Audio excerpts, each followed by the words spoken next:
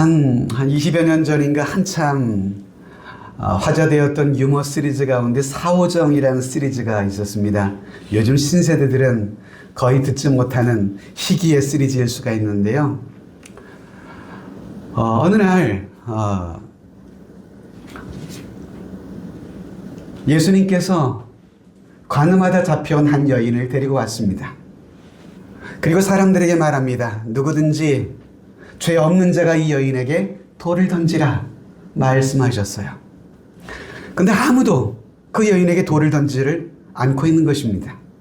근데 갑자기 어떤 한 사람이 나타나가지고 갑자기 그 여인에게 막 돌을 던지는 거예요. 그가 누구였는가? 사오정이었습니다. 그가 뭐라고 외쳤느냐? 스테반아 죽어라! 스테반아 죽어라! 이러고 스테반에게 돌을 던지듯 가끔 뜬구름 잡는 그런 행간 못 있는 사람들이 우리 주변에 있을 때 그를 사오정이라고 종종 부르기도 하지요. 자, 오늘 새해 우리 첫 주 해주시는 말씀, 시험을 이기는 승리되니 라는 말씀으로 주의 음성을 함께 나누었으면 좋겠습니다. 자, 오늘 본문에 여러분 보시면 아브라함이 그의 삶에 경험했던 시험이 나타나 있습니다. 전 아브라함이 겪었던 그 시험을 통해서 오늘 새해를 여는 저와 여러분들에게 주시는 하나님의 음성을 들었으면 좋겠습니다. 우리가 시험과 관련하여서 먼저 모두가 인정해야만 하는 사실이 하나 있다면 그것은 뭐냐 하면 세상에서 시험에서 제외되는 성도는 그 아무도 한 사람도 없다라는 것입니다. 성경은요, 우리가 이 세상을 살아가는 동안 여러 가지 시험을 만날 것이라고 분명히 말씀하셨어요. 그리고 그 시험에는 성도도 예외는 아닌 듯합니다. 그래서 성경에 보면 수많은 믿음의 사람들 또한 그들의 삶에 겪었던 시험들, 그로 인한 승리, 또 그로 인한 실패의 모습들도 다양하게 성경에 많이 기록되어 있기도 하죠. 오늘 본문도 마찬가지입니다.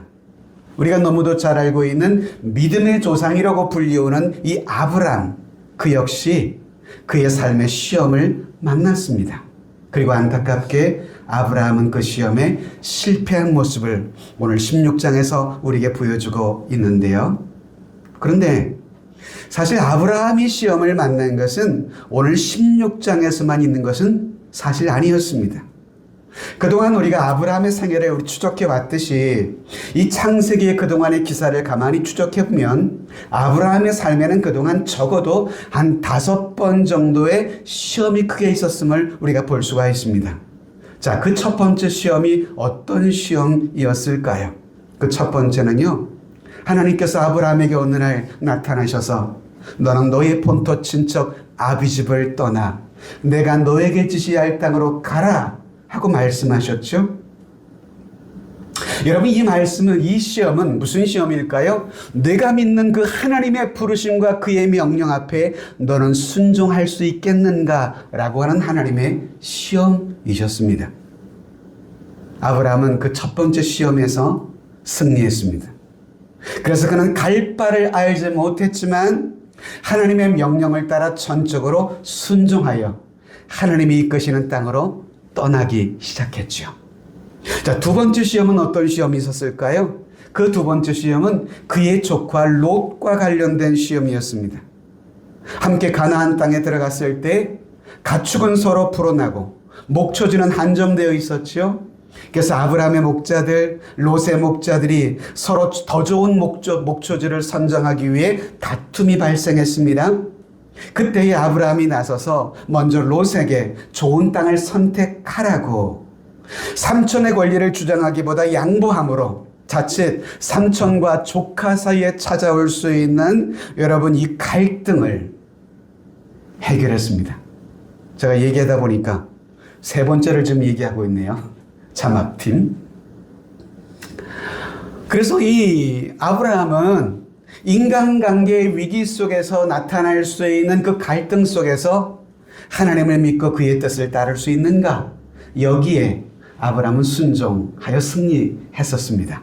그런데 반대로 두 번째로 다시금 돌아가서 보면 이게 세 번째가 되는, 세 번째 시험은 극심한 기근으로 인한 환경의 시험이었어요.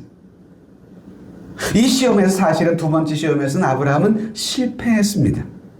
우리가 앞서 보았듯이 이 가나안 땅에 기근이 들었을 때 이 아브라함은 곡식을 얻으러 애굽에 내려간 적이 있었잖아요. 그리고 그곳에 가서 이 자신의 목숨의 보존을 위해서 아내를 누이라고 속였지 않습니까? 그죠? 근데 자신의 전결을 가지고 그 모면을 하려 했던 그 일로 하마터면 자신의 아내를 애굽 왕 바로에게 빼앗길 뻔했었던 적이 있었습니다. 여러분, 결국 그는 이 시험에선 실패했던 사람인데요.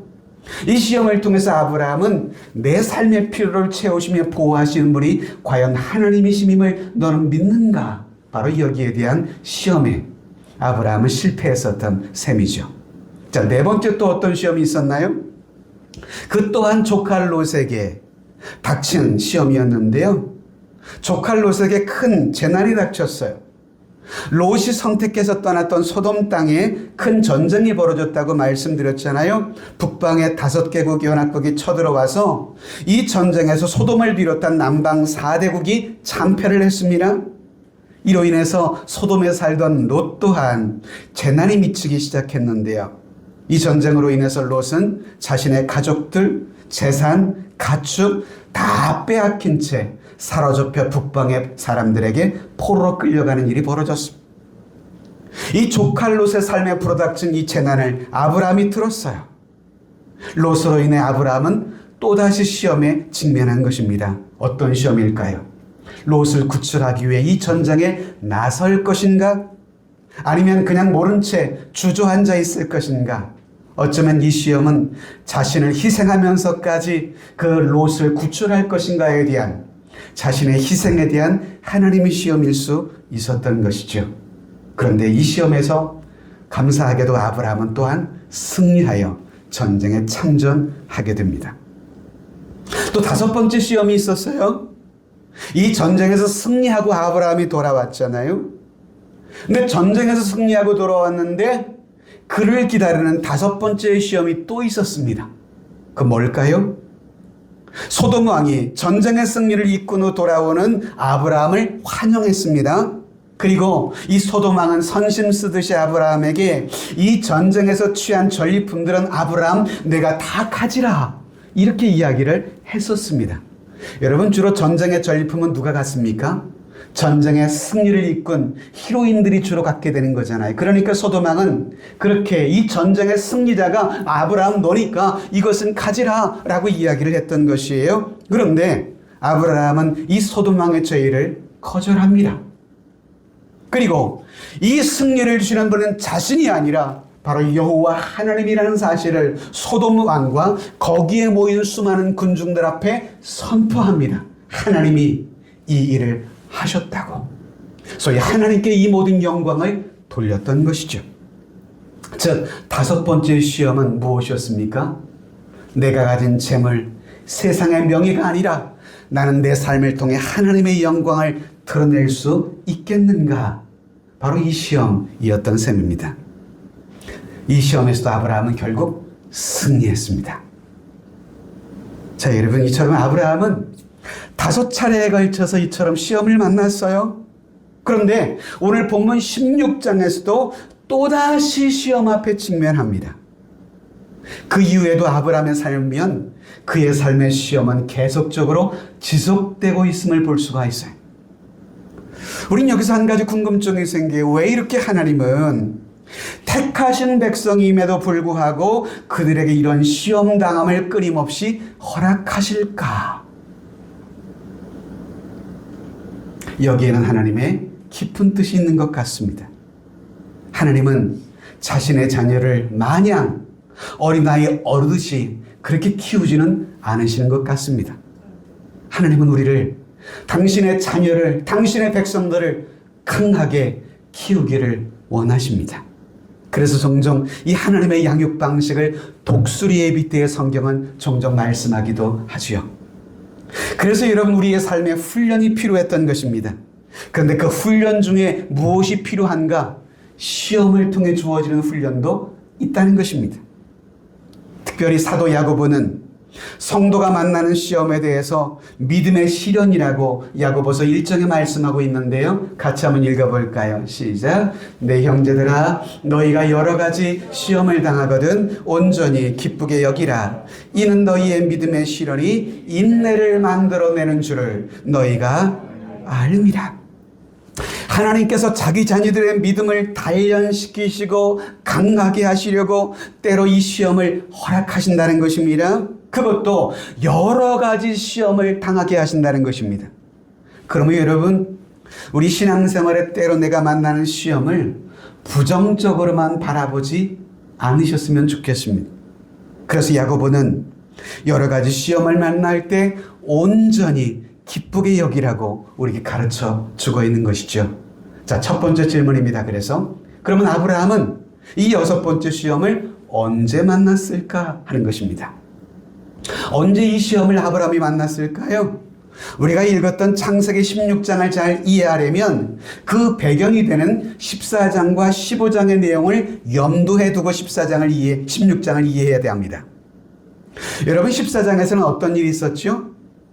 이 북방의 이 롯을 포로로 붙잡아가던 북방연합군 그들과의 전쟁에서 아브라함이 통쾌하게 승리하고 돌아오는 내용이었습니다. 이 전쟁에서 아브라함은 물리적 정적의 승리보다 더 큰 승리가 바로 무엇이었음을 알게 해주었죠. 그래서 아브라함은 이 전쟁의 승리 이후에 이 승리가 내 전략, 내 힘이 아니라 하나님께로부터 왔음을 소돔의 왕과 모인 군중들 앞에 선포하며 하나님께 영광을 돌렸던 것입니다. 그게 14장이에요. 그리고 15장에 들어서 보면 이후에 아브라함이 경험했던 특별한 체험을 소개하고 있습니다. 그런 아브라함에게 하나님이 환상 중에 찾아오십니다. 그리고 아브라함에게 환상을 통해서 그의 후손을 통한 밝은 미래를 말씀해 주고 계세요. 타오르는 횃불의 표징과 그리고 약속의 말씀으로 하늘의 별을 바라보라고, 땅의 모래알을 바라보라고, 너의 후손을 저 하늘의 별처럼 땅의 모래알처럼 많게 하리라고 약속해 주셨거든요. 그게 15장이에요. 그리고 이어지는 말씀이 16장인 것입니다. 그런데 이 16장에서 아브라함이 시험을 만나는데 거기서 시험을 실패했다는 것입니다.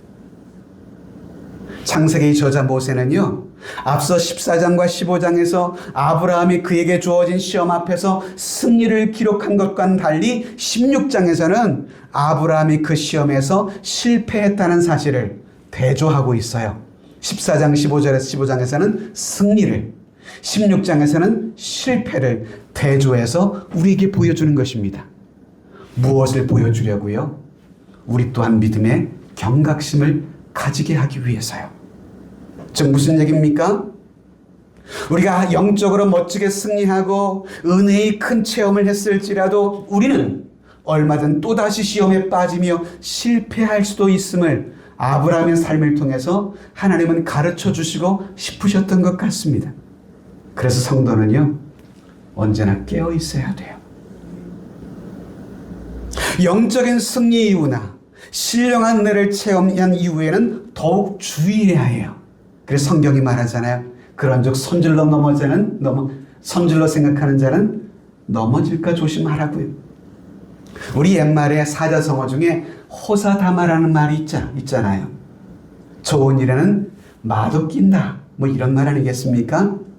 좋은 일 이후에는 마귀의 시험도 우리의 삶에 다양하게 찾아올 수 있음을 우린 주의해야 할 것이라 이 말입니다. 자, 두 번째 질문은요. 아브라함은 그러면 어디에서 누구로부터 시험을 받았단 말일까요? 이번에 16장에서 아브라함이 받은 시험의 장소는 다름이 아닌 그의 가정에서 시험을 받았어요. 또 누구로부터 시험을 받았나요? 가장 그에 가까운 사람이었던 그의 아내 사례로부터 시험을 받았어요. 여러분, 때로 우리의 시험의 진원지가 가정일 때도 있어요. 아브라함은 고향을 사실 떠날 때부터 가족들로부터 시험을 받았었습니다. 그것이 뭘까요? 그의 아버지 데라 때문이었습니다. 아브라함은 분명히 하나님이 떠나라 하실 때 그의 아버지와 온 가족이 함께 갈대아우르를 떠났었거든요. 함께 떠났던 이 아버지 데라. 그런데 하란쯤 와서는 아버지 데라가 더 이상 힘들다고 하란에 그냥 주저앉아 버리고 만 거예요. 아직 가나안 땅에 도착하지는 않았는데 이 아브라함은 할 수 없이 그의 아버지 데라가 죽을 때까지 하란에 머물러 있다가 그가 아버지가 죽은 이후에 가나안 땅으로 가게 되죠. 이 사실은 우리가 잘 모를 분들이 많아요. 그런데 이후에 가나안 땅에 들어와서도 조카 롯 때문에 또 시험을 겪기도 했잖아요. 그런데 이번에는 그의 아내 사라로부터 또 시험을 직면한 것입니다. 성도 여러분, 때로 가족을 통해서도 우리 시험을 당할 수도 있음을 기억해야 해요. 마태복음 10장에 보시면 예수님께서 의미심장한 말씀을 해주세요. 10장에 뭐라고 말씀하세요? 사람의 원수가 자기의 집안 식구리라. 아버지나 어머니를 나보다 더 사랑하는 자는 내게 합당하지 아니하고 아들이나 딸을 나보다 더 사랑하는 자도 내게 합당하지 아니하며. 이 말씀의 뜻이 뭘까요? 우리가 하나님의 뜻을 따르는 데 있어서 때로 가족들이 우리의 장애물이 되기도 할 수 있다는 거예요. 가족들이 신앙생활에 참 도움이 되기도 하지만 때로 여러분 신앙생활에 방해물이 되는 이유가 뭘까요? 우리가 늘 그와 얼굴을 맞대고 살아가고 있기 때문이에요. 그래서 가족이라는 것은 피할 수 없는 관계이고 가장 크게 영향을 주고받을 수밖에 없는 관계이잖아요. 여러분도 경험을 할 거예요. 여러분 밖에서는 사단의 유혹과 시험을 등에 이겼었는데 정작 집에 들어와서는 실패할 때가 종종 있어요. 그건 목사인 저도 예외가 아닙니다. 목사의 모습을 유지하기 위해서 밖에서는 잘 참았는데 집에 와서는 아내와 자녀들과의 관계 속에서 조그마한 일에 참지 못하고 화를 내고 분노하며 그리고 나서 후회를 할 때가 종종 저에게도 있거든요. 왜 여러분 밖에서는 승리하다가 집에 가서는 종종 이렇게 무너지는 걸까요? 그 이유는요, 밖에서는 사단의 괴계를 등이 대적하기 위하여 하나님의 전신갑주를 잘 입고 있다가 집에 들어오면서 현관 앞에 그 전신갑주를 다 벗어놓고 들어오시기 때문이에요. 지금 무슨 얘기입니까? 가정에 들어와서는 영적인 긴장의 끈을 다 풀어놓기 때문이라 이 말입니다. 여러분 가정도 때로는 영적 전쟁의 일부예요. 가정도 역시 그래서 영적으로 깨어 있어야 할 삶의 보금자리라 이 말입니다. 성도 여러분, 사단이 가장 좋아하는 일이 뭔지 아시나요? 사단은 지금도 가장 우리와 가까운 사람들끼리 불화하도록 우리의 마음과 생각을 충동질하는 것입니다. 그래서 시험은 주로 교회에서나 가정에서 빈번히 벌어지기도 해요. 여러분 그랬잖아요. 사단도 인류 최초의 가정이었던 이 아담과 하의 가정 속에 찾아와서 하와를 시험했잖아요. 본문에도 보면 아내 사라를 통하여 아브라함이 시험을 받았어요. 그리고 안타깝게 아브라함은 그 시험에 실패했습니다. 이는 우리도 예외가 아니지 않을까요? 우리 또한 교회에서 우리에게 다가오는 시험들, 또 가정에서 가족들 간에 일어날 수 있는 이 시험들을 잘 극복할 수 있어야만 올 한 해 더욱 성숙한 믿음의 사람으로 여러분 자라갈 수가 있을 줄로 믿습니다. 자, 그러면 세 번째는 아브라함이 가정에서 시험을 받았다고 했는데 사라로부터 그가 받은 시험의 구체적인 내용은 뭘까? 어느 날 그의 아내 사라가 남편 아브라함에게 현실적으로 아주 그럴듯한 제안을 하는 것입니다. 제가 각색을 해서 이야기해보죠. 여보, 하나님께서 당신에게 아들을 주신다고 약속하셨지 않소? 근데 그 약속을 받은 지가 10년이 지금 지나가고 있어요. 그런데 내 몸에선 아이가 태어날 기미는 보이지 아니하고 남편인 당신은 자꾸 늙어만 가니 이제 더 이상 늙기 전에 당신이 내 종 여종 하갈과 동침하면 어떻겠소? 그래서 그녀가 당신의 아들을 낳으면 그녀는 결국 나의 손이니 나의 종이니 그녀의 아들을 우리 아들로 삼겠다고 하면 되는 것 아니요? 비록 내가 낳은 자식은 아닐지라도 당신의 아들이면 분명하지 않겠소? 이것은 하나님의 약속에도 위배되는 것은 아닌 것 같은데 그렇게 하면 어떻겠소? 라고 아내 사례가 아브라함에게 제안했던 것입니다. 여러분, 이 아내의 사례의 제안 어떻게 생각하세요? 아주 현실적으로 그럴듯한 제안 아닙니까?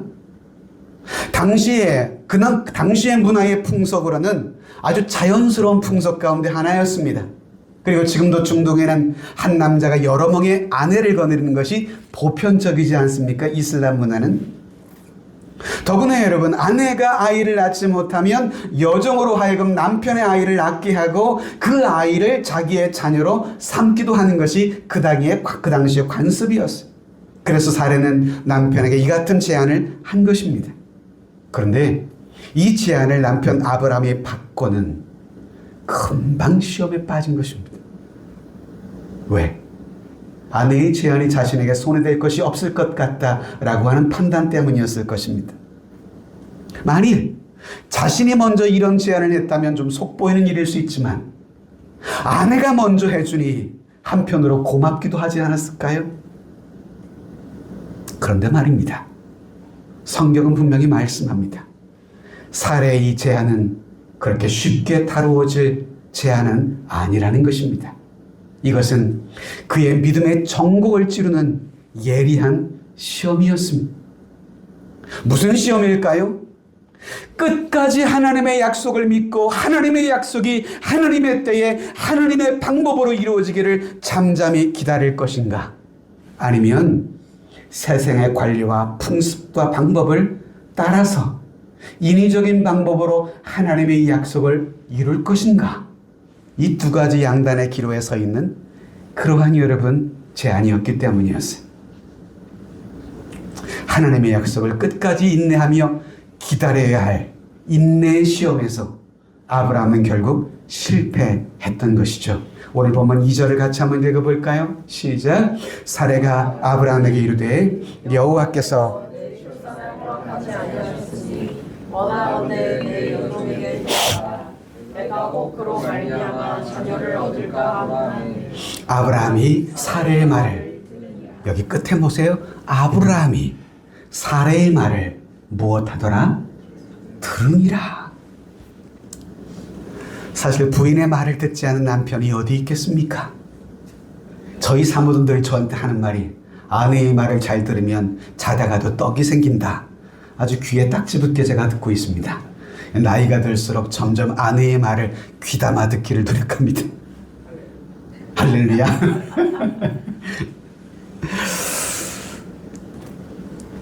아내의 말을 잘 들어야 돼요. 근데 여러분, 아무 말이나 다 들어서는 안 되는 것입니다.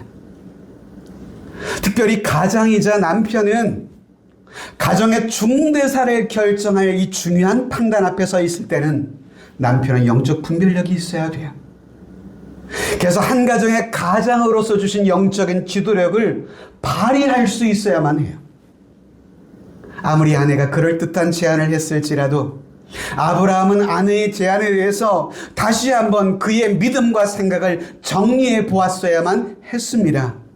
여보, 당신의 제안은 물론 좋은 제안이긴 한데, 그런데 여보, 하나님이 하신 말씀이 있지 않소?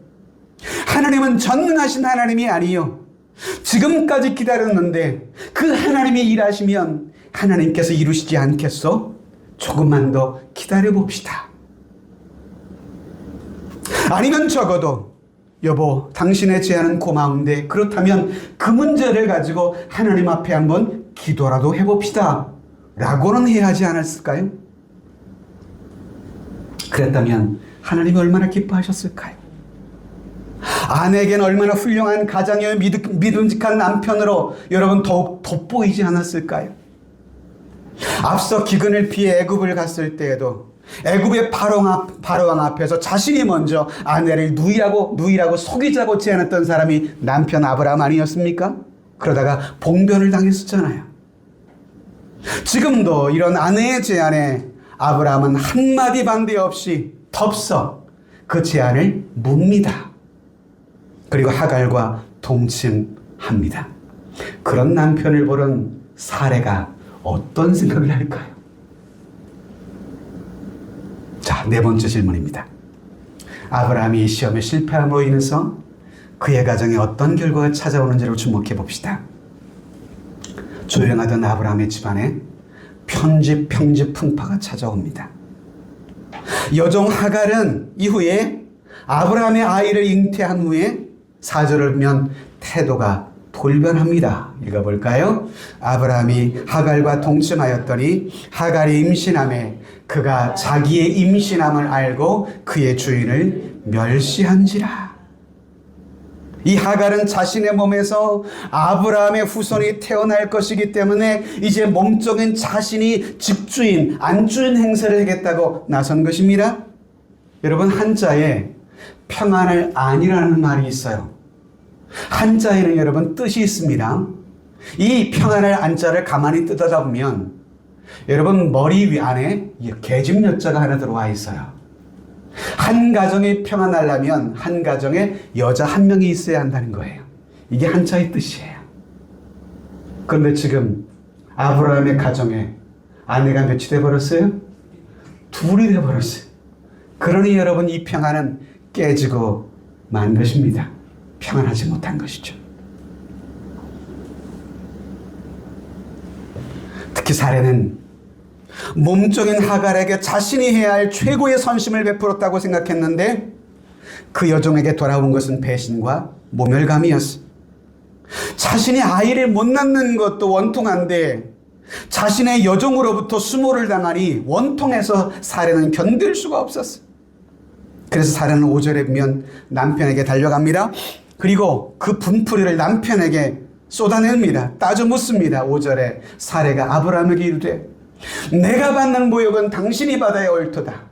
내가 나의 여종을 당신의 품에 두었거늘 그가 자기의 임신함을 알고 나를 멸시하리. 당신과 나 사이에 여호와께서 판단하시기를 원하노라. 이러고 따지고 묻니다. 자, 이 이야기를 들었던 남편 아브라함, 도저히 자신의 힘으로는 이 사태를 수습하기 어렵다라고 판단했는지 이 문제에 대한 모든 결정권을 아내 사레에게 이양해버리고 맙니다. 이 무슨 이야기입니까?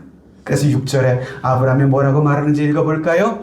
아브라함이 사레에게 이르되 당신의 여종은 당신의 수중에 있으니 당신의 눈에 좋을 대로 그에게 행하라 하며 사레가 하갈을 학대하였더니 하갈이 사레 앞에서 도망하였더라.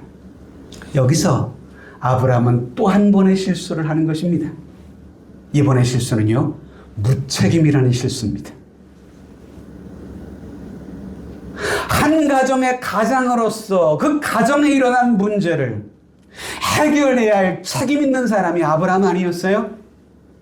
근데 아브라함은 가정의 영적 지도력 행사를 스스로 포기하고 아내에게 떠넘깁니다. 결국 질투와 분노로 가득한 아내 사레는 여종 하갈을 학대하기 시작하죠. 임산부였던 하갈은 결국 여주인의 학대를 견디지 못하고 밤에 도망을 취해야만 했습니다. 자, 여러분, 무슨 이야기를 제가 함께 나누고 싶은 이야기일까요? 아브라함과 사레의 가정에 하나님이 약속하신 아들을 낳겠다고 했던 그 부부의 계획, 그 계획은 하나님의 뜻과 무관했던 사람의 계획, 인간적 계획이었습니다. 하나님의 뜻과 무관했던 이 사람의 계획은 결국 아브라함의 가정에 평지풍파를 일으키고 말았던 것이죠. 이렇듯 하갈과 사레, 하갈의 몸에서 이후에 태어났던 이스마엘이라는 아들, 그리고 이후에 사레의 몸에서 태어날 이삭, 이스마엘과 이삭 사이에 불화와 분쟁의 골은 깊을 수밖에 없었어요. 그 깊은 올라가면 사레와 하갈, 그 아래는 이삭과 이스마엘. 이 두 사람의 깊은 골은 지난 5천년 역사상 지금도 메워지지 않는 인류 역사의 비극적인 모습으로 지금도 여러분 현재 진행형으로 남아있잖아요. 여러분, 이스마엘의 후손은 지금의 아랍 족속들이고 이삭의 후손은 지금 유대인들, 이스라엘 족속 아닙니까? 그들의 반목과 분쟁의 발단이 바로 창세기 16장에 뿌리를 두고 있는 그런 그것이었죠.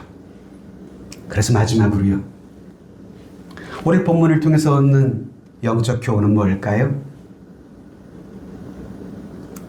여러분, 우리의 가정의 부부는 서로가 항상 영적으로 깨어 있어야 한다는 것이에요. 무엇보다 가정의 가장이 영적인 지도력을 올바르게 행사할 수 있어야 한다는 것입니다. 젠더 이슈가 지금 강한 이슈가 되어 있는 이 사회 속에서 여성들의 인권이 정말 오히려 많이 높아진 이 시대 사회 속에서 남편의 권위가 많이 추락된 사회 속에 살고 있지만, 그럼에도 불구하고 하나님께서 한 가정의 가정으로 세워진 영적 권위만큼은 변함없는 분명한 영적 진리입니다. 한 가정의 가장이 올바른 영적 기도력을 행사할 때에 가정이 영적으로 건강해질 수가 있습니다. 자, 여러분, 이후에 하갈은 다시금 주인인 사레의 집으로 돌아옵니다. 하갈이 도망 중에 광야에서 하나님의 사자를 만나게 되죠.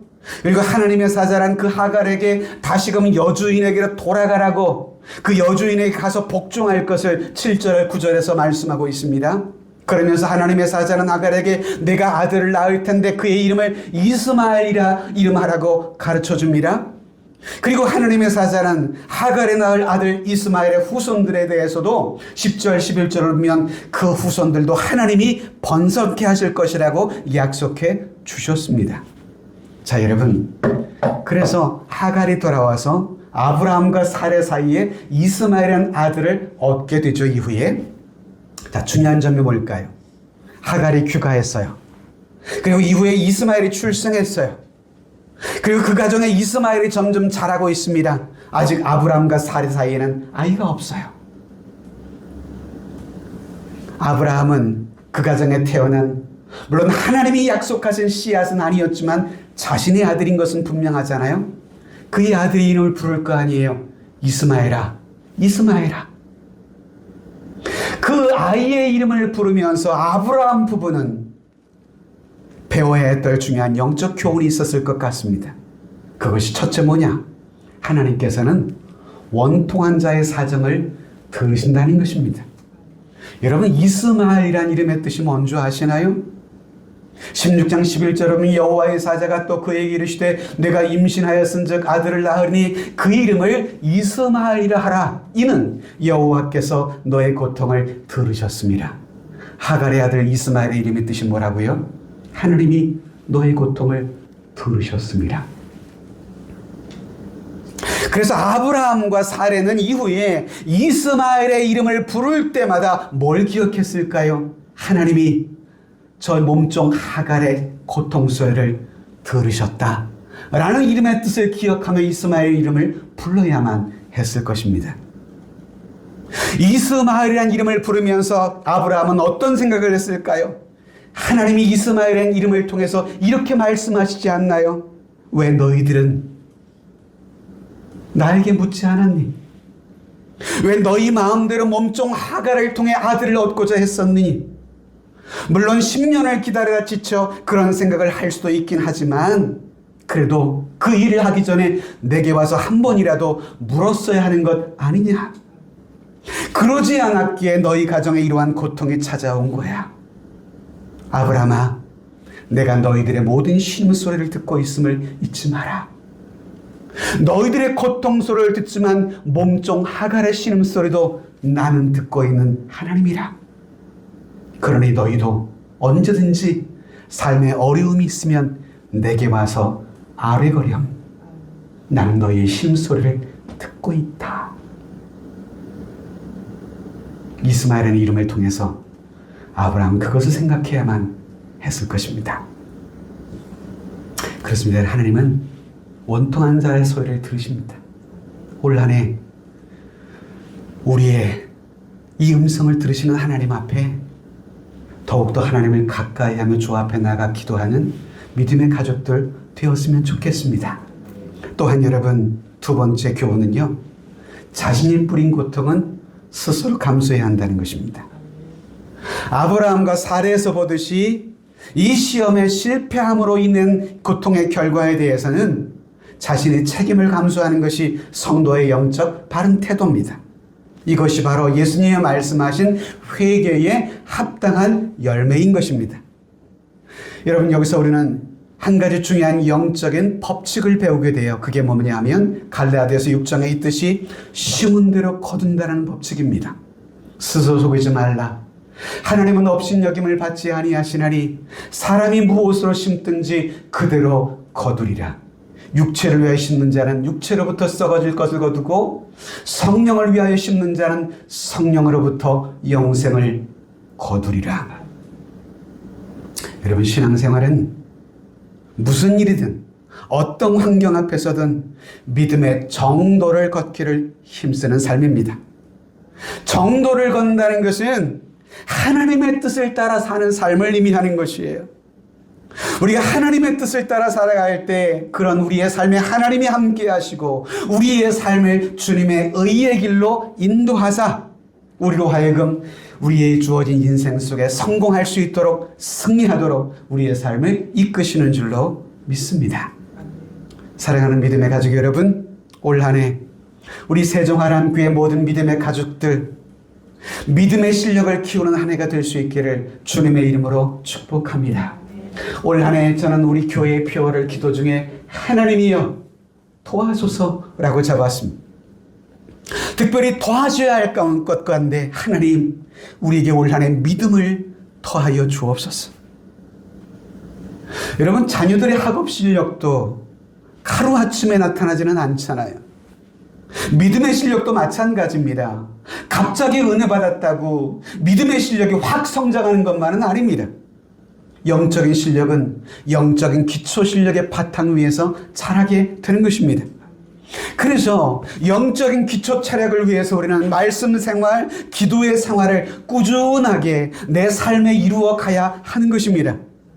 전 그래서 우리 믿음의 가족 여러분들이 올 한 해 더욱 하나님과의 교제의 시간에 여러분들의 시간을 드릴 수 있기를 바랍니다. 말씀을 가까이 할 수 있기 바라고요. 기도의 시간에 여러분들의 삶을 드릴 수 있기를 바라요. 그래야 영적인 분별력이 생길 수 있는 거예요. 이 영적 분별력이 생길 때 내가 가야 할 때인지 아니면 잠잠히 기다려야 할 때인지를 분별할 수 있어요. 내가 말해야 할 때인지 침묵할 때인지를 분별할 수 있어요. 아, 지금은 하나님이 나로 하여금 기도하라고 하시는 시간이구나. 이것을 분별할 수가 있거든요. 이 분별이 영적 실력입니다. 이것을 분별하지 못하니까 조금만 시험이 오면 그냥 무너지고 마는 거예요. 내 삶에 여러 시험이 찾아오면 시험에 대한 분별력이 그래서 생기는 것입니다. 야고보서 2장 1장 마지막으로 한번 같이 읽어보려고 하는데요. 시작. 내 형제들아, 너희가 여러 가지 시험을 당하거든 온전히 기쁘게 여기라. 이는 너희의 믿음의 시련이 인내를 만들어내는 줄을 너희가 알미라. 인내를 온전히 이루라. 이는 너희로 온전하고 구비하여 조금 더 부족함이 없게 하려 함이라. 너희 중에 누구든지 지혜가 부족하거든 모든 사람에게 후히 주시고 꾸짖지 아니하시는 하나님께 구하라. 그리하면 주시리라. 여러 시험을 만날 때 필요한 덕목이 인내라고 말하고 있어요. 우리들도 아브라함과 사례처럼 하나님이 주신 약속 앞에서 인내하지 못할 때가 종종 있습니다. 이때 우리에게 필요한 것, 하나님이 누구이신지를 바로 아는 것입니다. 그리고 그분 앞에 나와 기도하는 것입니다. 하나님이 누구신가요? 하나님은 인내하며 기도하는 자에게 후히 주시고 꾸짖지 아니하시는 분이시잖아요. 그 하나님께 구하라고 말씀하십니다. 그럴 때 꾸짖지 아니하시고 후히 주십니다. 그래서 우리들로 하여금 모든 시험을 이기고 승리하게 하시는 것이죠. 그분이 바로 우리 하나님이십니다. 올 한 해 우리의 삶에 찾아올 수 있는 다양한 시험 앞에서 우리 모두가 인내하십시다.